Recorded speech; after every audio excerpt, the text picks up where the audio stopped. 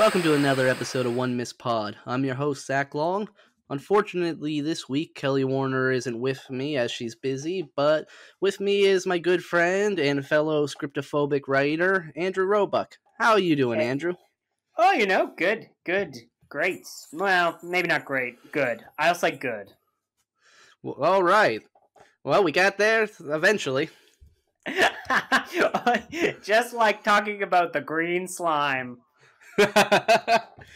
So normally we would start out the episode by saying, "Oh, what happened during the week?" But since this is the people's first time meeting you, that'd be kind of weird. It'd be like, "Oh yeah, here's what happened with my week," and everybody would go, "What the fuck do we care?"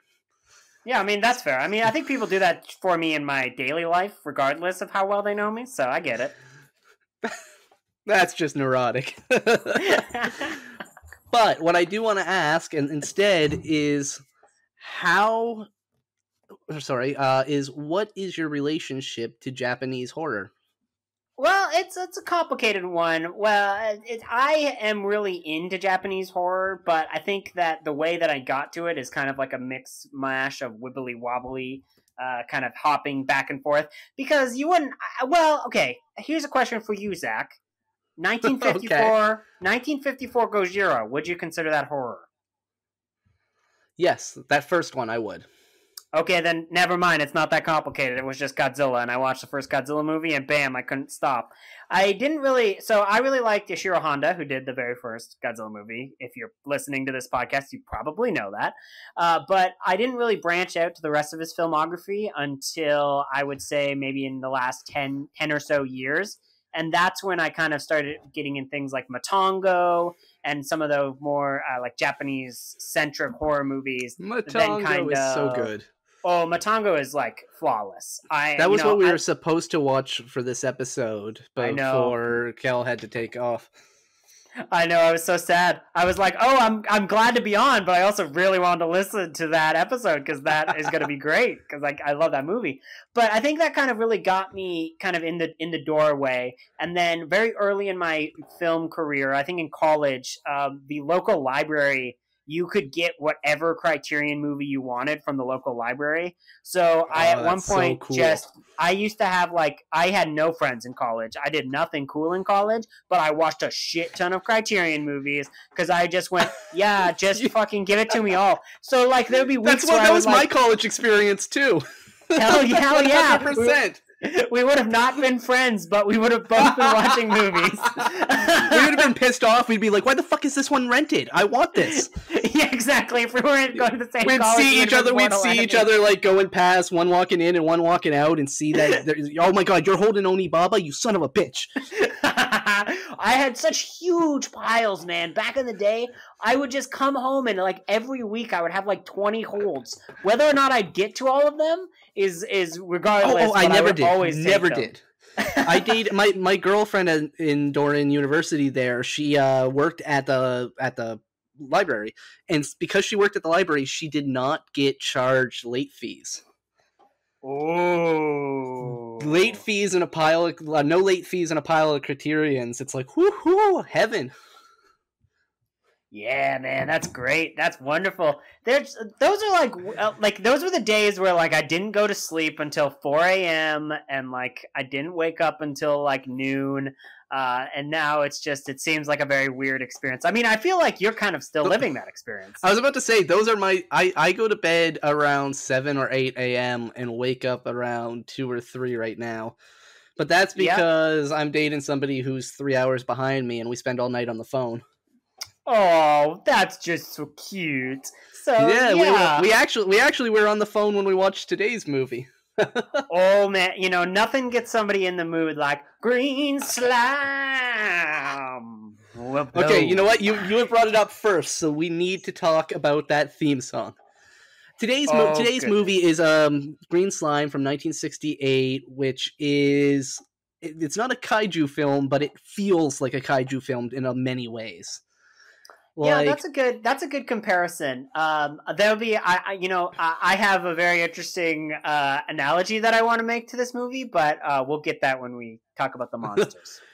You have an analogy you want to make, and I want to rewrite the last third of this film. So we'll definitely be getting to that. But the thing that sets this out from the other kaiju films that I have seen is that none of them started out without, like, Godzilla! Like, that would have been great. That would have been great, and honestly, that used to happen when they would get some of them when they get ported to like America, because the Gamera the Invincible, which is the Americanized version of the original Gamera film, that has like a similar song where they're like Gamera, and there's like this like rock band going. That version is terrible, other than that song, but that's like the only other time when I can really think of seeing that. There's a few Danish monster movies where they break into song at the start of it. There's like, I just watched Journey to the Seventh Planet, which is a very kind of like a similar space themed movie. That is such the rip off sort of title. It's like, you don't know what it's ripping off, but it's definitely ripping off something. Oh, and it's ripping off everything. Let me tell you. But it had like this Battle other like Beyond the Stars. Oh my goodness. Boob Planet. No, it's Boob's Ship. That's a Boob Ship one, right? Battlefield. I don't even know. Somebody's like, "What pervert is seeing boobs and ships?" It's a thing. Well, you know what? You know what though? You're on the podcast with me, and last week I managed to bring up both incest and necrophilia. So like, you're not.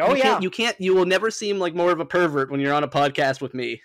Oh, I know. I listened to that episode today. I was walking around and I was like, "Yep, this definitely is a Zack Long podcast. Cannot wait. It's gonna be a blast." I actually though. Okay, so you had mentioned the Gamera one, and that made me think real quick. Like, I think that like kaiju monster butt rock might be my favorite butt rock. It's really close. It's really close to Sonic butt rock, though. Right, right. Yeah, no, that's fair. I don't know which one of those is buttier, but they're damn great. They're damn great, and they'll just get like stuck in your head. Oh crap! You know what else has this theme? Oh, that is in the same era from Toei. Is The Last Dinosaur. Have you seen The Last Dinosaur? I haven't seen that, no. Oh my god. It has like it's got like so it's not as butt rocky, but it's like this romantic song. And like it features one of the most drunk lead performances ever. And like in it, it's like it's about this guy who's like a big time tycoon and a great hunter kind of guy, but he's like an old man. He does things the old style, and he's hunting a dinosaur, right? So he's hunting the last dinosaur, but the song is actually so it's just Ernest Hemingway after a dinosaur. Yeah, but the song, The Last Dinosaur, he's the last dinosaur, and it's like this like romantic love ballad, but it's actually the dinosaur is the hunter. But that's from the same studio, and very similar. Who would have thought that this would have been our musical episode? Oh, I'm sure everyone was like, "Oh, they're singing. We're turning this off right now." Yeah, probably. Okay, so the green slime. Let's just set this up a little. The Green Slime is a sci-fi movie where they have to blow up an asteroid. A green slime monster comes back with them, and then they have to try to fight and repel it off of their space base with various degrees of failure every step of the fucking way. Yeah, pretty much. It's like if midway through Armageddon, the asteroid blew up and it became the Blob, basically. And it's at like the same level of like, just kiss. You two main characters just want to kiss. Stop being so aggro. Kiss. Oh, those two lead men wanted to fuck. I like the blonde-haired guy. I hate our hero. I hate our hero more than anything in the world. You know what? I'm going to get to my point early. So throughout this movie, you have this fucking guy. He shows up. He's like, "Oh, I was retired, but now I'm back, and I fucking run this thing, and you listen to me, and I'm going to tell you what to do." "Well, we can't do that. It's dangerous." "Well, you do it, and you do it, and you make sure you listen." "Oh, we're back, and we're back on the spaceship, but the mission's not over yet. So even though this is your station and you control it, you're in charge here. You got to listen to me. Oh." My ex, who I was a jerk to, you're engaged to her? Well, I'm going to go dance with her and tell her that, actually, you don't love him. You still love me. And, like, It's so it reminded me so much of, so I believe it's Star Trek the Motion Picture, or it's Star Trek II The Wrath of Khan, where they try to play this role with Shatner, basically, where Shatner comes back. Wrath of Khan is probably more apt because he's got like a love interest in there, and he's trying to be like, I'm now the captain of this ship. I'm the one who belongs to this ship. You're new, but fuck you. I was retired, but I'm not anymore. I'm Captain Kirk. But here's the thing. Captain Kirk has charm, and we've spent enough time with him to know that he knows what he's talking about, and he isn't full of shit, because we don't know anything about this. We don't know this fucking guy at all. The only thing we know is he's a fucking prick. He is the biggest fucking prick that I have seen. And so we go through constantly through the film. Okay, so there's a part where the green slime is attacking, and they're like, wait, we gotta try to capture it. And I'm like, good, yeah, try to capture it. He's like, well, I don't think so. And then they try, and it fails. And then he's like, let me grab the gun, and now we do it my way. And I'm like, you fucking idiot. It's the first time that you found life in space. You need to capture it. That, and also, his brash action to immediately fire on it is what causes there to be a bajillion green slime. This dude is literally true. That's true. Because they replicate on their blood. Yeah, and he blames the other people for the failed capture. And they're like, we weren't trying to shoot it. You wanted to shoot it. The fucking it goes back, even the blame tree goes back further than that. We get a line where fucking energy is what makes them grow. So they start out, they're like blood, and then energy makes them grow. We find out later. So when he gets back from the asteroid, he's like, all right, I want everybody to go through decontamination 3 times. 3 times, and he makes it clear that I'm the boss. You're fucking doing it 3 times. We find out later that going through doing that, the energy that they blast at them is what made it fucking grow into a monster in the first place. So in summation, fuck this guy. Fuck this guy. Well, there's so much. Okay, so this is where this perfectly transitions to one of the points I want to make. There is so much phallic imagery in this movie. It's ridiculous. This movie is a tentacle lover's wet dream. Okay, so Alien, which came out much later, is the Alien, the 1979 movie. The xenomorph very phallic, is a penis. But it also is the xenomorph's a penis, but the ship is very yonic. Right. But in this movie, the green slimes be vaginas. So, there's a very vaginal look to it. And I think that this is something that's kind of come up recently in the Godzilla fandom, because the eyes look very similar to Godzilla vs. Hedorah. The villain in that is Hedorah. His eyes, everyone says that his eyes look like vaginas. I literally saw somebody make a meme where they photoshopped his eye onto a flashlight. But that is a whole different discussion. But I think that the imagery is there in such a way that learning a bit about you today. Look, it makes sense though, because when they use the guns to stab it into their eyes, you're like, all right, well, the guns are the ultimate phallic imagery, right? This is an attack, right? And all of these men are super sexist and cannot handle. They are super sexist. Yes. Yeah, they can't deal with femininity. So what? This is the monstrous feminine come to life. They can't deal with vaginas because they're too powerful. To be fair, with the way that this movie is written, the female characters can't deal with femininity either.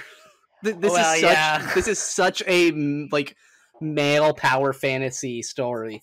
It's so bizarre because it's you would see this stuff pop up in Japanese cinema, but for the most part, usually when you had a movie like this, you had Honda working on it, and Honda has a bit more of a sensibility, and he actually cares more about his female characters. Where I don't think that the writer cared at all. We have one important point we have to get to in a second, but to continue just the sexual talk for a second, is they are walking vaginas with 2 giant dicks attached for arms. Oh yeah. They are hermaphroditic. They are just walking. You know what? They are like the sex blob from Cronenberg's Naked Lunch. They're just both. That's fair, man. That's a fair comparison, right? That's it's a big deal. But you actually, when speaking of Honda, you made me realize something that we did not tell the audience yet. This is a Japanese movie with entirely white people as your cast. Yeah, that's important. In English. The above the line talent, the directors, and that is where you have your Japanese influence, which is why we can count this. But watching it, you would not know it was. Well, I mean, you would know if you knew Japanese movies, but if you didn't know Japanese movies and you missed the credits, you'd be like, this is the really weird, like, old school sort of, like, 1950s movie, maybe. And it's like, no, it's 1968. We're just in Japan. Yeah, it's kind of amazing. It's kind of amazing. Honestly, like, this entire movie, I'm pretty sure was just a trial run for Message from Space that Fukasaku did in 1978, because that movie also features mainly English cast members. All of them are very drunk, by the way, and uses very similar effects for its... As they should be if they're in a Star Wars ripoff, but anyways. That movie also has very similar space effects, like the way that the characters like fly in space and stuff like that is very similar to this movie. So it really does feel like this is a trial That was the run. biggest laugh I had. I'm sitting there watching this, and then suddenly it cuts to them like clearly it's a composition shot of like it looks about as realistic as the men fighting the skeletons and Jason and the Argonauts there. Like, it just... That's one of the best... Well, that's an amazing sequence. Oh, that is an amazing sequence if we're talking about the Jason one, because of Ray Harry. But the way that they're the way that it's composed so that they're both put together like that, the composite shot is just like so clearly these things aren't in the same place. And in this one, they're so clearly not in the same place that you can kind of see through them a little bit. Oh yeah, you could definitely see through them.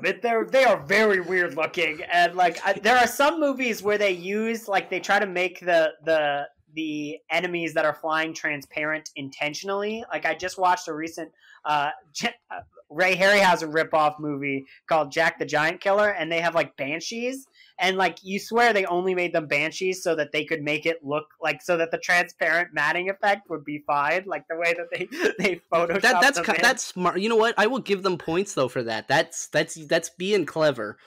In this one, not only does it look like, oh, when the hell did they become transparent, but also they have all of space. They're using guns, which last time I checked, now I might be wrong on this, but last time I checked, guns are long-range weapons. And yet they keep, like, swooping down into the middle of all sorts of green slime and to get, like, hit and killed, when it's like, you had no reason to be there. You just shoot them off the ship. Yeah. It's a good question. It's a good question why they're still using that, because they know guns aren't really effective. They just briefly stun them. Like, why didn't they just give them like swords or something? Like, come on, just I mean, they eventually just start using them as stabbing weapons, right? Like, well, at one point they straight up throw one. Yeah. Which is like, also they're outside in space and they throw a gun and hit it. It understands space as well as The Last Jedi does. Oh no, we're not going there. but so if you have the green slime or on the outside of your ship and you got to get them off, just like hit them with a fucking battering ram, because once they're off, there's no gravity. They'll float the fuck off. Oh, no. You have to blow up the space station and sacrifice yourself. That's the only solution. What? It's the only solution. This is some dumb guy logic. This is dumb guy logic, which is why our hero figures it out. Yeah. So actually, though, coming back to the hero, I want to talk about where this movie goes wrong, in my opinion. Okay. We have the hero in that he used to be friends with the guy that, like, the commander of the station, and he used to date the woman that is now engaged to the commander of the station. He's this brute, he's this asshole. We've covered just me, and so he's just a complete buffoon. And we set it up like he's being a dick to our nice guy, he's being a dick to the girl, he's just a dick, and you're like, okay, we got it. And also he's the guy in charge, which means, like, the fact that he's taken over charge already puts him in the role where normally what we would expect is that we'd see his downfall. And there comes a scene when the commander of the station goes to punch him, and this is where everything goes wrong. He misses, the guy dodges, beats up our guy, and then basically the rest of the movie builds to where our guy is frustrated to the point that he has to sacrifice himself and to save the day. What needed to happen is he needed to punch the asshole, and that he needed to take back control, but then be just slightly out of his depth. Meanwhile, the asshole guy, then realizing what a dick he's been, would be the one that would then, instead of just like, okay, so he when he punches the guy in the movie, he then sends a troop to go and do the outdoors fight that we just talked about. And our commander goes to the fight, goes there, and it's like, listen, you go back, I'm going out there. What needed to happen was the asshole guy feeling like, fuck, I messed up, needed to go basically take over that operation, go out and do everything that the other guy did and be the one to sacrifice his life to redeem himself. You know but what? He doesn't do that. He doesn't do that, but that does remind me that does happen in Tremors. There's that scene where they're both arguing about who needs to go out and do the thing, and then Kevin Bacon punches him and goes out to do it, right? Like, they need to do something like that, where if he's gonna punch him, he needs to punch him and then, like, use it as, like, a way to sacrifice himself. But, okay, like, all he does is punch him and then, like, fucking continue being a dick until the end of the movie, where he's the guy that survives in the alright guy, who gets a little shitty because he gets so much. He takes so much shit that then he kind of explodes on his girl, and that sucks. But like he's all right throughout the whole movie, and then he just gets shit on at the end, and he's just like, it's like, what? This is not the right ending. Zach, I'm sorry. There's one big flaw with what you're pitching. There's character depth. There's character building. There can't be character building in this movie. There's a giant green slime story about. There is no character. There are no character arcs. There's the illusion of character arcs, but everybody, like, the only thing that happens as far as character building goes is that he starts out and the commander of the station's pretty all right, and then he gets sad because the other guy happens, and then just like gets shit on and shit on and shit on and shit on, and then that's the only character development. And like, there's literally lines where he's like, you don't have what it takes to be in command. And it's just like, no, he does. Show us that he does. You're telling us exactly where the fuck his character needs to go. The guy in command is saying you're not good enough to be in command. His arc is to show us that he's good enough to be in command. There you go. Right. So, you know what? It's funny that we did bring up Armageddon, because spoilers for Armageddon, there's a very similar character dynamic there. I actually haven't seen it. And, okay. I'll spoil the hell out of it, though. Okay, I was about to say. So in that movie, they need to detonate, a few miners need to go up and they need to detonate an asteroid before it comes and destroys all of Earth. Why are they sending kids to do that? Oh, sorry, they're not kids. They're like minors. I know. God damn it, I got your joke. Motherfucker, you got me. You fucking got me. Congrats. I got got with the oldest trick in the book, fucking Laurel and Hardy style. Anyways, so these mining professionals go to the moon to set up some detonations and blow the shit and blow it all up. And eventually, we got the old gruff guy who's been in this game a long time, and that's Bruce Willis. And then we've got the young upstart who, needs to prove himself and eat animal crackers out of a lady's belly button, and that's Ben Affleck. That really happened. Wait. He eats animal crackers out of a lady's belly button? That's not even big enough to get the spoon in. Anyways, that's the thing that happens. But anyways, at the end of that movie, the sacrifice has to be made, and it's not the young upstart who needs to prove himself. It's Bruce Willis, and he's the one who goes I need to kill myself. And I think that happened because Michael Bay. I'm sorry, is that what he said? His line is just like, oh shit, I need to kill myself now. Like, oh god, that got dark. I thought it was going to be a hero sacrifice, but instead he's just off in his fucking quarters hanging himself. And it's so depressing that it blows up the asteroid. The asteroid the asteroid has too many feels and just disintegrates. It's like me on a Friday night. It just got into the booze, and it was never the same. But there's I bet you that happened because Michael Bay watched this movie. This screams. Honestly, this screams like a Michael Bay movie, but I think it has more charm because of the suits and the effects work, right? I think 100%. The charm is okay. I watched this with Jamie, and the second that you see the full shot of that, she was just going, "I love them. I love them." You know what? There are so many of them. Can we talk about how many green slime suits there are? They have. Well, okay, we can, but let's also admit though they don't all look that great. If you watch the ones in the if you watch the ones in the background, you can see like the seams ripping on them. There's a few where their eyes are different color. I noticed that. I was like, "What is this? What got glaucoma? Like, what's going on here?" They ran out of paint. Yeah, it looked like one had cataracts, not glaucoma. That's a cancer. Anyway, but speaking of which, like, they're also their eyes in that, like, they're super bloody. Like, the eye is normal, and all around it is super bloody, which really makes the whole vaginal imagery idea about it a little weird. That's a little too spacious gash. Spacious guy, you know, it's a very Clive Barker way of looking at the world. I want to know what happened to these suits, right? Like, these suits are one of those things where... I want one for Chris or for Halloween. One has to exist. Honestly, it's like one of those things where there's so many of them. Someone somewhere in Japan has to have one of these, like, sitting up in their home, and when they go in and they're just like, what is that?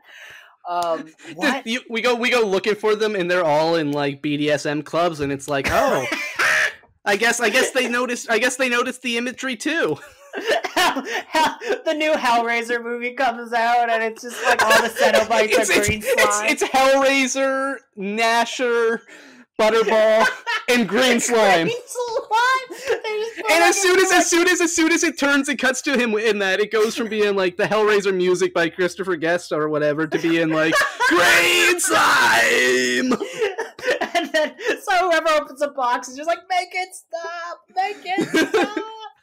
And then, yeah, you know what? I think you know what? That plot right there is better than 90% of the Hellraiser franchise. Anyway, it's also better than the Scarlet Gospels. Oh, I like the Scarlet Gospel. He's got the name Pinhead, but no, he's got to go with Hell Priest. Come on. I mean, that just screamed of one of those, like, this is my ball, and I want to show how it's thrown. Don't tell me how to throw my ball. Did it drop yet or something? Oh goodness, this is a fun conversation already. Like I'm loving this. I want to briefly talk. I don't know how much we've really talked about the movie yet. No. I was gonna try and bring it back around. One of my favorite parts of this movie is one of the bit actors, who's Robert Dunham, and he is the guy that he is basically the bitch of our main hero. Like whenever the main hero goes like, "You do this," it's always Robert Dunham doing it. He's like the guy who like pulls the latch for like to close one of the airlocks, and he's like pulling all of these, and he's like kind of in the front lines. Was he the one that was sent to go outside? Yeah, I think his name was Charlie in the movie. Oh God, you remember any other names? No, that's why I was really wanted to do a figure out. Wow, we're just gonna call him Charlie anyway. Is there a Charlie in the box? Oh no, he's Captain Martin. Yeah, that helps. Anyways, the only reason you would know that character. Yes. Oh yes, Captain Martin. Now I know. Everyone's favorite captain, the only captain of the Juke, Captain Martin, who isn't commander. He's captain. Anyway, so he is played by veteran. Like that guy actor in Japan. So like whenever Japan needed like a white guy to show up in their movies to like try and give international appeal, he was the token white guy. Oh. Yes. So if you have you seen Godzilla vs. Megalon? Is that the one with Jaguar? Yes. That is the one I had on VHS growing up. I have. Okay. So in that movie, there is the head of the Seatopians, which is a guy in a tiara and a toga. Yes. And that's Robert Dunham. That is this guy. And he's just yelling about, Seatopia! We must take back the world of the humans and kill them all! And then he's also in he has a great role in Dogora. I don't know if you've seen Dogora. Dogora is a fun one because I don't know that one. That one is a kaiju movie mixed with a gangster movie, where the gangster movie is the main plot. So the main plot is a gangster movie, but the all the stuff with the kaiju is happening around them, and they're jewel thieves, and the kaiju like eats it's the way it feeds on like coal and everything that's like carbon based. So like they're like opposed and they're like involved in the machinations from there. And in that movie, one of the leads is like a special agent who's played by Robert Dunham, and one of his things is like magic tricks, where he like at one point he like shoots like fake bubbles at like a fake gun that just shoots bubbles at somebody, and like just does a whole bunch of like weird random shit. But he is great to always see. And I actually have a quote from him about this movie, if you want me to. Okay, well, yeah, please. Okay, so this is from the Stuart Galbraith book, Monsters Are Attacking Tokyo. And honestly, if you're at all interested in this era, like it's good to track this one down. So he basically says, in the Green Slime, it was mostly kids. The little babies were all school children, and the big ones were adults. That's what you need to know about the suits. I just realized that now as I'm saying it. There were no mechanical stuff. They were just the people in the suits. As I recall, they weren't controlled by wires. It was done from the inside. That's definitely false because I saw wires in this movie. But anyways, there was one scene where we shoot this one as it's coming down the ramp, and the co-stars, me and Richard Jekyll, and I are trying to get the net over him, and they shoot him with a ray gun. This was one of the little ones. That's the one in the power. Yeah, that's like the when they do the net gun. That's the first time we see them. Yeah, exactly. They were kind of funny. There were only one or two scenes where they actually looked a little spooky. When they caught the doctor in the hallway and burned him, that was a little gross. But my first impression of them was that they looked pretty ridiculous and not threatening at all. Speak for yourself. I had nightmares. This is a scary movie. Oh, yeah? I'm sure Robert Horton agrees, I believe Robert Horton is... so Robert Horton is the lead of this movie, the old tough guy that you love and want to marry. There's one thing about that when you were mentioning, he was Captain So-and-so. Don't you remember that? This movie can't get the ranks right. When the lead character comes, one person refers to him with one rank like captain, and somebody else refers to him as like commander. And he's credited as commander, but like, what's he a commander of? He's a commander of one ship, and then he gets on. Then he should be deferring to the actual commander. So he's the commander of commanders? That's a whole different thing. What are you talking about? They have no idea how like what to call him and what he does, and also how's he a commander? Like, what's he commanding if he retired? You know what? Great question. Great question. I'm not going to answer it, but it was a great question.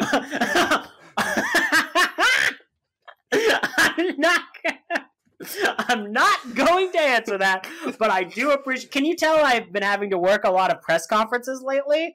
I'm really getting that political speech down. You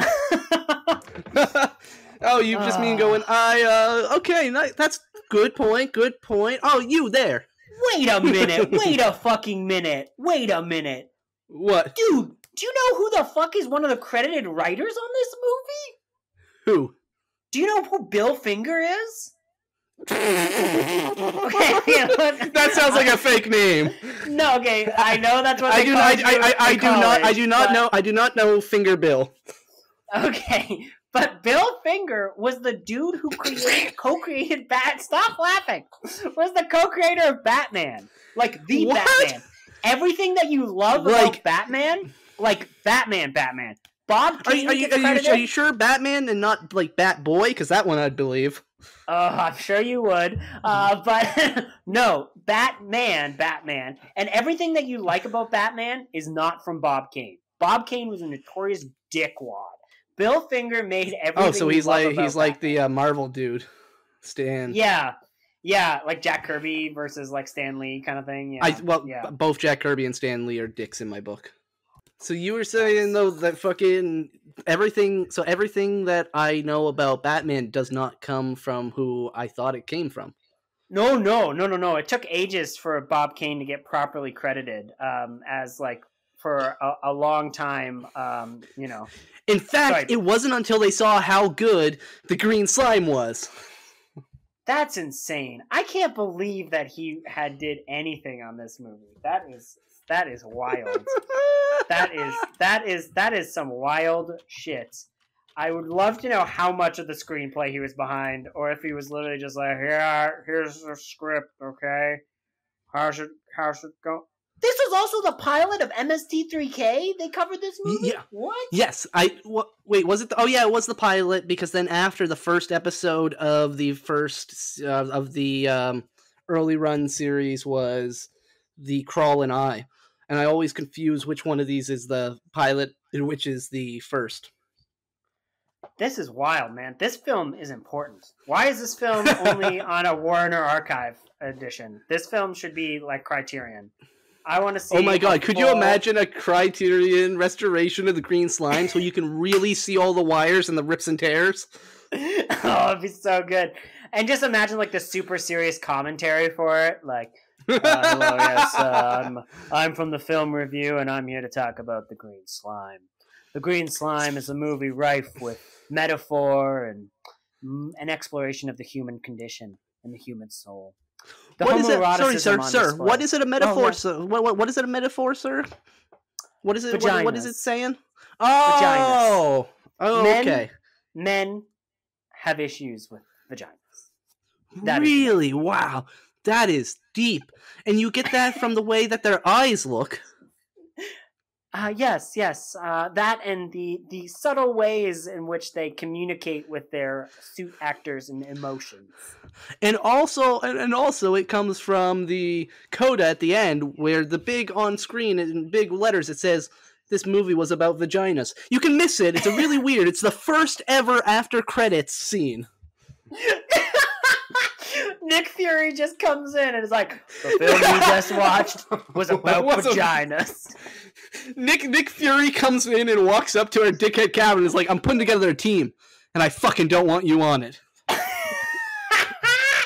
You're a dick. You might be able to say the but you're a dick. Get out of here. I want to talk about the ending a little bit. Sure. So we've done a horrible job. Okay, first off, the first 30 minutes of the movie is the setup, and the first 30 minutes moves, like, it really actually moves very quickly. Oh, yeah, very quick. Then the last hour, which is where we have all of our green slime action, is filled with great imagery and fun times, but it moves very slow, because it's just everything happens again and again and again, because they don't know what to do, except the same thing. And so it builds up to, it's like, okay, everything we've done has failed, and we can't do the same thing for another hour because we got to end this movie at some point. So we need to blow up the station. And I will give them great points that they don't blow it all up at once. They blow up, it looks a little bit like Deep Space Nine, where it's a circular station, and it basically has circle pods, which is where all of, like, the resources, like one of them is the command center, and one of them would be for, like, dock in and ship in, and one would be for science and medical, and then the circular tubes are how you would go between each. And They blow up one of those. When first off, there's fire in space. That makes sense. But they had to actually blow up 1/4 of this model without blowing up the rest, and they managed to do that, and that's actually really impressive to me. That is impressive. Do you know what else is impressive? What the director thinks this movie is about. I have another quote for you. Are you prepared? We'll come back to my end in peace in a moment. Let's hear this shit. Yes, I'm sorry. I just came across no, don't be. I want to know. I need to know. This is from Kinji Fukasaku, from that book I was talking about. And so it goes like this. The green slime. What does slime mean? That was during the time of the Vietnam War. Japan was a base for America. What I wanted to do for the green slime was to pick up on this American stereotype notion of communism. I wanted to show America struggling with something it doesn't really understand and can't control, as was later reflected in American films like The Deer Hunter and Full Metal Jacket. Alien 2 was also the same. After the Vietnam War, you began to understand it, but during the war, you did not. I could do that kind of stuff in science fiction films.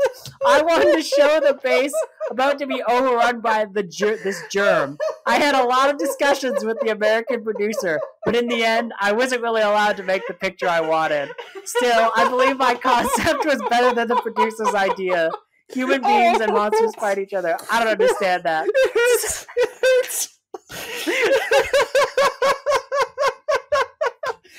Of course. How could we not have figured out it was a Vietnam metaphor? It was all right there in the vagina eyes the whole time.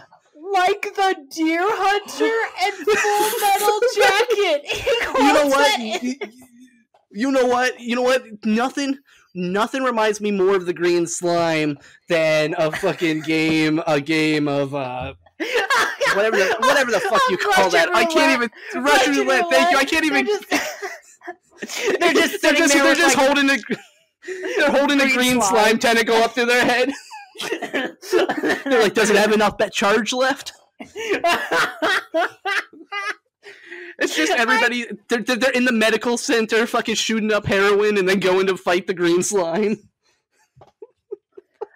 Oh my goodness. You know, like the doctor was the Lieutenant Powell, fucking whatever his name was, character that kills himself from Full Metal in that pile. He was the Cadet Pile character in that, you know, he just put a green slime down his throat and fucking blew his guts out. Oh my goodness. This, like, the main character of this movie is basically Arlie Ermy in that case. That's what they're saying about this. He's so in this metaphor, this Arlie Ermy is like, you maggot, you're just nothing but a green slime.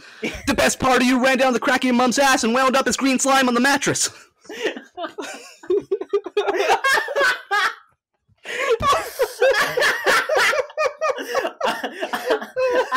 I don't know, but I've been told green slime has vagina eyes.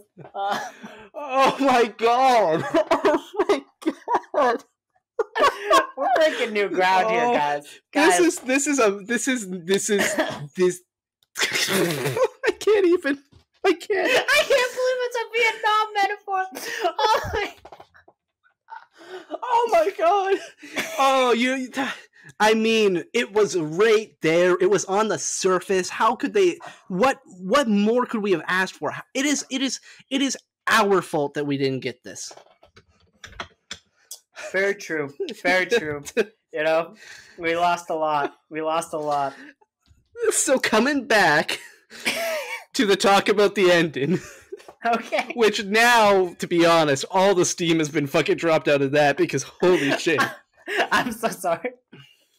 Wait, okay, so they had to blow up the ship in that, and blowing up the ship, if that was America, does that mean, oh, they were telling us America was going to lose the war the whole time? Duh. Oh, Kenji Fukasaku is a hero. He knew about it before all of us. Oh my god, he's a time traveler. Dun, dun, that makes sense that makes so much sense now. That's how he managed to make Star Wars before Star Wars.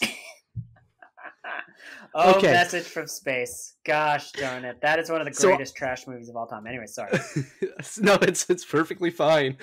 Okay, here's what we need to talk about in that. So as the ship not only breaks, but the ship starts fucking just careening across space towards Earth. And you're going like, oh my god, is it going to fucking crash into Earth? But it gets so close to Earth that I would argue that it looks like it's with, like, parts of it, when it gets blown up and it's sent everywhere, are going to enter into that atmosphere. So what I want to do is I want to write a sequel to The Green Slime in which little bits of green slime rain down from the sky on the wreckage of the ship, of the station, and the green slime infestation takes up on there. And then what I want to do with this is I want to fucking court-martial the guy whose idea it was to bring the green slime to fucking Earth. Okay, I like it. And then the green slimes, all of them like coalesce into one big green slime, and then Gamera shows up. We do it Critters too. Yeah. Now, okay, yes, but listen. Gamera here though. Gamera is the United States, and the green slime is the Middle East. You see? Uh-oh. This is why Gamera loses. Damn, we're getting political. Deep. We're looking for weapons of green slime. That's why we invaded. Weapons of slime destruction. Weapons of slime destruction. Yes, listen, that has to be the name of it. We busted Nickelodeon, and we found out They were in possession of weapons of slime destruction. This cannot go on anymore. You know what? No, this is no joke because you're referencing the show Uh-Oh, if I'm correct. Oh yeah. I actually recently, within the last couple weeks, months, I started to rewatch a bunch of the episodes of Uh-Oh, and I started to set a story I'm working on that's set during an episode of Uh-Oh. Amazing. That is a legitimate thing. It's The Punisher goes bad. Okay, that's one. Okay, amazing. Can't wait for that. Also, like, there have been so many, like, movies about Killer Slime. How has none of those movies tried to, like, set part of it at one of these shows where the whole point is, like, slime contestants? Like, can you imagine? It's like, we're calling up this kid from the crowd! Yeah! And then they pour the blob on him. Yeah, and it just dissolves in front of all these kids. All these kids are just screaming and running, but the doors are locked and nobody can get out. And then it just starts growing, and it's like the movie theater scene from the Blob 80s. Yes, yes, and it just starts like play, and it still plays the like like the music is like still playing because whoever was manning the music for the show like ran and got eaten. And okay, and you know that the host of Uh-Oh had such like the crazy personality, and he was always doing the dumb puns and jokes, but he's still doing those while he's like panicking and freaking out. He just starts throwing kids into the slime, hoping it'll help him, and like you know what? Legitimately, I might have to just alter my Uh-Oh story a little to be like, oh, what happened actually was that the Punisher, he didn't just go bad; he got infected by slime. Yes. Yeah. Also, I think that when we do, because I'm assuming you're with me on this Green Slime sequel. When we do Green Slime sequel, it's definitely the Green Slime 2, Weapons of Slime Destruction. Weapons of Slime Destruction. Yes, I cannot wait. Okay, but this does bring me to a good point. We're talking about slime tropes. It's a good point. Okay. Well, I mean, okay, as good as this movie is of a point. But I don't know. It said a lot about Vietnam. It did say a lot. There's a lot going on. But I want to know where you rank this in terms of other Blob movies. Because I'm kind of like a Blob connoisseur. I've watched a lot of Blob movies and Blob ephemera. Okay, I think have you seen Kaltiki the Immortal Monster, the Bava one? I have not seen Kaltiki, and I've not seen the stuff. Oh, okay. Can't get enough of the stuff. More music from me. I would put this below the two Blobs. Yeah. They're definitely. I think the two Blobs are higher. Do you know there's three Blobs? Do you know there's three What's the Blobs? third one? There's a movie called Beware of the Blob from the 70s, which is an unofficial. Oh, I have not seen that one. I have heard of it though. Yeah, it's not. Wow, wait a minute. Do you think that the song in this is a reference to the Blob song? Do you think that's why they went with the green slot? Wow, that was a weird connection that I guess we just didn't make. Because that was like it does sound. And fucks the police, it rows and kills and defends all the bad people. I don't know the lyrics. I just started. I don't know the lyrics, but it was really progressive for the 50s. Yeah, they're really ahead of the time. There's a reason that ended up in the Criterion Collection. On that account, they're like, did you realize that the blob represents the left?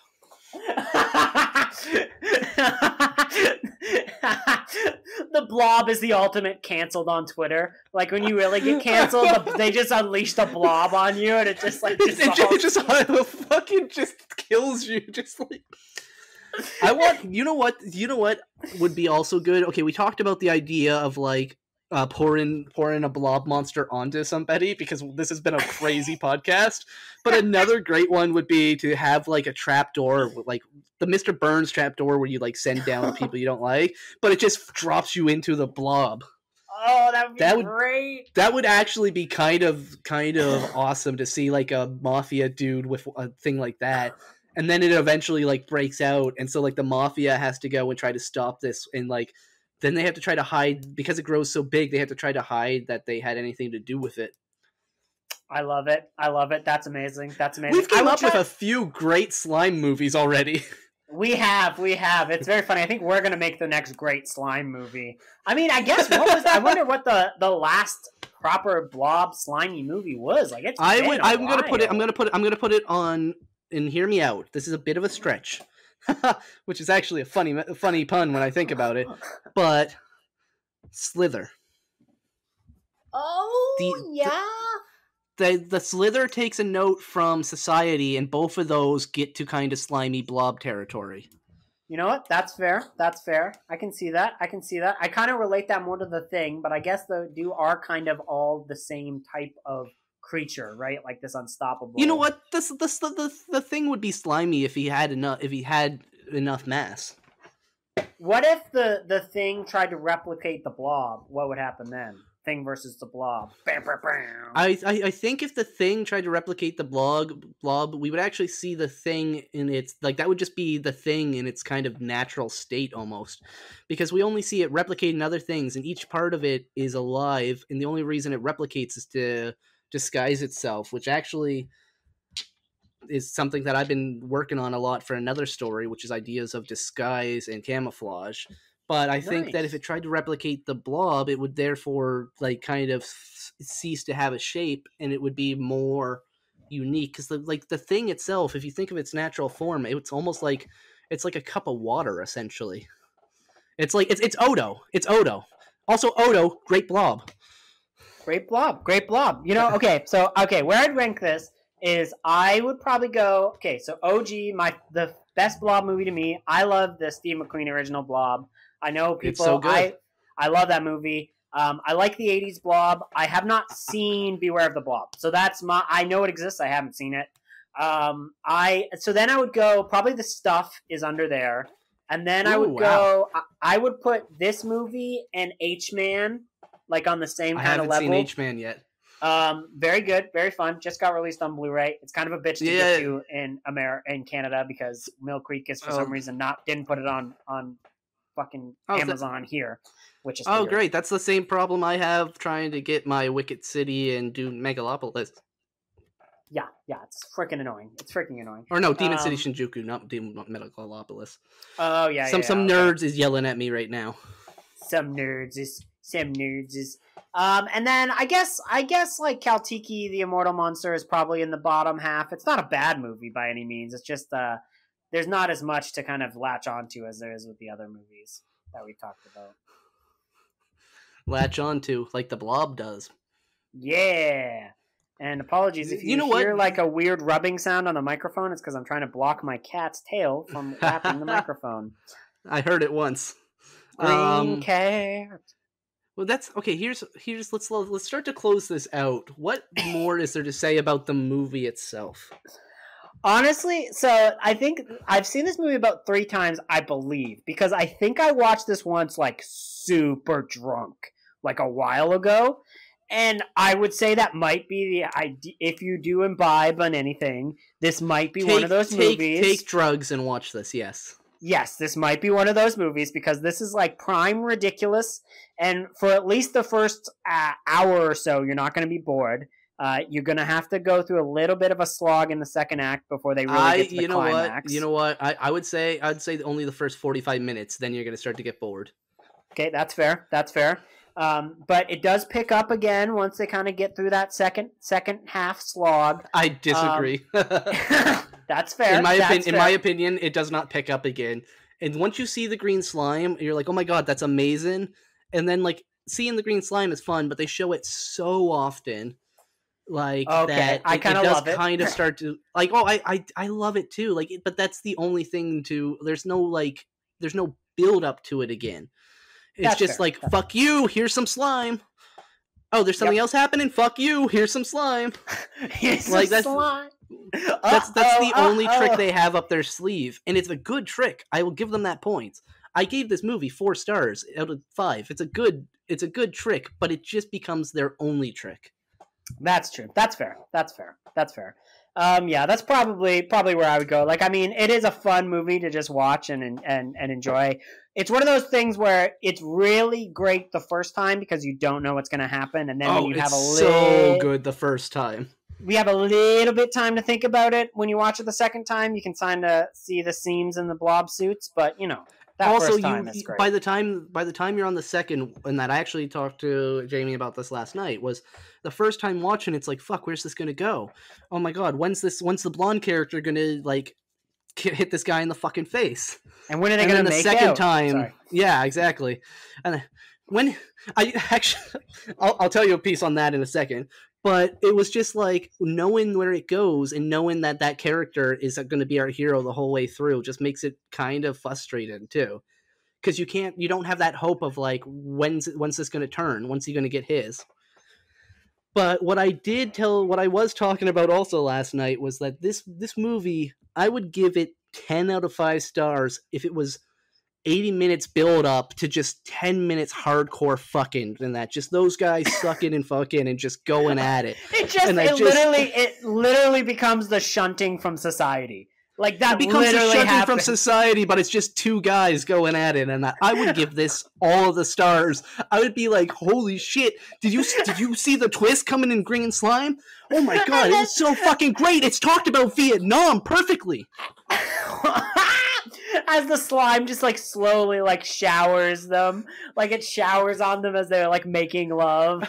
It's the Green Slime is like coming down like it was the fucking Blood Club at the start of Blade. You got that boom boom boom techno going and it's matching their thrusts. And that's what you get like a slowed down version of the Green Slime song where it's like green slime. It'll blow your mind. Like it gets like a weird, like sensual version of the Green Slime theme. Like, oh man, I would love that. That would be so funny. But I might just cut that version together. just deep fake their faces onto a couple of porn actors. Oh my god, that would be amazing. And like just like convince somebody who like knows the film to let you do like a big screen filming of it. You're like, yeah, I'm gonna show like the Green Slime. Like one of your favorite Japanese sci-fi movies. Yeah, I know you love it. Wait. Yeah. What? No. We need to make this 18 plus. Why? It's the Green Slime. It's Vietnam. The Vietnam of it all. It's harder. Yeah. It's because a kid doesn't really understand that war is hell, and it's like, no, I know this. It's gonna be fine. It's like, all right, enjoy your obscenity charges. You've seen Come and See, right? Come and See Me. I have it right next to me. I love it. Okay? So the end of that movie, but it's just them like shooting photos of the green slime. Like you just like shooting green slimes. That would be amazing. We didn't say this at the start of the episode, though I was supposed to. You can find this movie. You can find it to rent online. You can find it on. You can even find it on YouTube. Really, you can find it to also buy. I believe there's a Blu-ray copy you could find. Yeah, the Warner Archive version. It's like a bare bones Blu-ray. I normally don't like. So one annoying thing about Warner Archive is they don't ship to Canada, which is just another one of those things. Like why? Why don't you? What a bunch of cunts. Yeah, so and all of their movies are bare bones. They're not inexpensive. They're not expensive though. So like they're pretty inexpensive if you're a collector and you don't have like the best internet quality and you want to get these movies. For the most part, I don't bother, but I did buy the Blu-ray for this one just because it's a green slime. Because you gotta. Yeah, if I know anything about you, like this needs to be in your collection. Exactly. This is an Andrew film if ever there was one. I can't wait until I reconfigure my film collection and I have a Vietnam section and like there's just like all these classic movies like Platoon. You've got The Deer Hunter. Sorry, did you put this in the wrong spot? That the Green Slime. What do you mean? The Green Slime is the big. It's the most intense, honest, scathing Vietnam commentary that was ever produced. Stanley Kubrick, eat your fucking ass out. Oliver Stone wishes that Born on the 4th of July had an ounce of the gravitas of this movie. Okay, there's a reason why that movie's in the comedy section. And this is some silly shit. Oh, and okay. Over here, I was looking at your Modern War section, and I see that you have Jarhead here, and I see Incendiaries, and the Green Slime 2: Weapons of Slime Destruction. Yeah, you know, some people think it was a little inferior to the original. I don't, because I made it. It's my movie. I made it. I made it. That's why it's in. That's why you can see a copy of it in every category I have. Do you think this? Okay, 100%. I bet you Quentin Tarantino has this in the Vietnam section at his house. Like, I bet you that is one of those things where he like has it. He's like, okay, what? No. Let me explain it to you. Yeah, oh my god. I was going to say no. He has it in the foot section because did you see all that green slime feet? Woo! Okay, you see the claws? The 3 claws, okay? It's like a vagina with feet. It's my exact fetish, okay? That's why it's in the erotica section and the Vietnam section. I had to buy 2 copies, okay? Just for depending on how I was feeling and how randy I was doing it one night, okay? Also, let's be real. His real fetish isn't a vagina with feet. His real fetish is a foot that is a vagina. David Cronenberg comes out with the greatest movie. David Cronenberg presents Tarantino's fetish. and then you just have to like suffer through the rest of like freaking film Twitter because there'd be so many film bros being like, "Yeah, man, it's the best movie ever." Okay, yeah, it was made by Tarantino. It's the best thing that's ever made. Yeah, I saw it 7 times in the theater and I came 8. What else? Is there anything left to say about the green slime, my friend? Oh man, if you listened to this entire podcast, like if you made it, shame on you. Shame on you. If you made it, you gotta get your cat of 9 tails out and like whip yourself in penance because my goodness. Oh, so we're not sure what is going to be on next week's podcast, so we can't tell you right up at this point what to check out, but we will post that on the Twitter, so you can definitely find it there. That is at Scriptophobics with an S, because somebody took Scriptophobic and never posted a single thing, so yay.